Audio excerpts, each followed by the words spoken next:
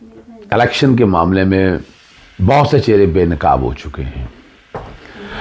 14 PDM की जमातें तो बुरी तरह इसलिए बेनकाब हो चुकी हैं, कुछ टीवी प्रोग्राम्स में अब तो वैसे भी देख रहे हैं पाकिस्तान पीपल्स पार्टी अब 90 दिन के इलेक्शन कराने का तकाजा करती है।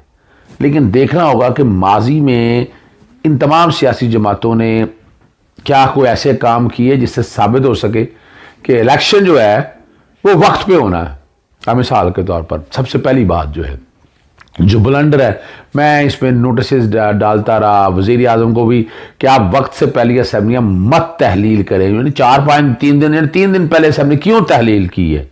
ये सबसे पहली बदनीति है कि आप 3 दिन पहले असम्बली तहलील करके 90 दिन में ले जाना चाहते थे। भाई आइन जब 60 दिन कह रहा है, अब अगर जमहूरियत और आइन पर यकीन करने वाले हैं 5 साल के लिए असम्बलियाँ आनी है तो उसका गैप 60 दिन का है कि 60 दिन में इलेक्शन की तैयारी है और फिर आगे ट्रांजिशन ऑफ पावर का एक प्रोसेस पूरा कंप्लीट होना है। तो पहली गलत बात जो है ना, ये साबित कर रहा है, ये बदनीति है। इसी तरह दूसरा जो एलिमेंट है वो सेक्शन 57 में इलेक्शन कमीशन को किस बात का इख्तियार दिया, यानी आपने आइन के ऊपर इलेक्शन कमीशन को बिठा दिया।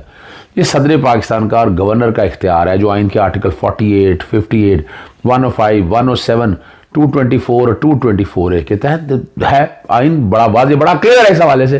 तारीख जो है सदर, और ये इसमें मैं बताता चलूँ, ये जो बैठे ना 90 डेज का एक, ये 10 फरवरी की जजमेंट पढ़ लें जस्टिस जवाद हसन की, जो हम लेकर गए थे लाहौर हाईकोर्ट में पंजाब के इलेक्शन कराने के वाले से। तो वहाँ कह दिया था कि जो है ना गवर्नर ने डेट देनी है इलेक्शन कमीशन की मुशावरत के साथ, इसीलिए सदर पाकिस्तान ने मुशावरत के लिए लिखा और इलेक्शन कमीशन वहाँ है। फिर तीसरी बदनीति कि आपने हल्का बंदी को पहले समझिएगा। आर्टिकल 51 को अगर सामने रख कर देख लें तो 51 के तहत जो सीटें दी हुई हैं उसी सीटों के मुताबिक, यानी आप हल्का बंदियों में क्या सीटें बढ़ जाएंगी, वो सीटें बढ़ने या कम का जितना भी ये प्रोसेस है सारा, ये तो आइन में तरमीम के जरिए होना है।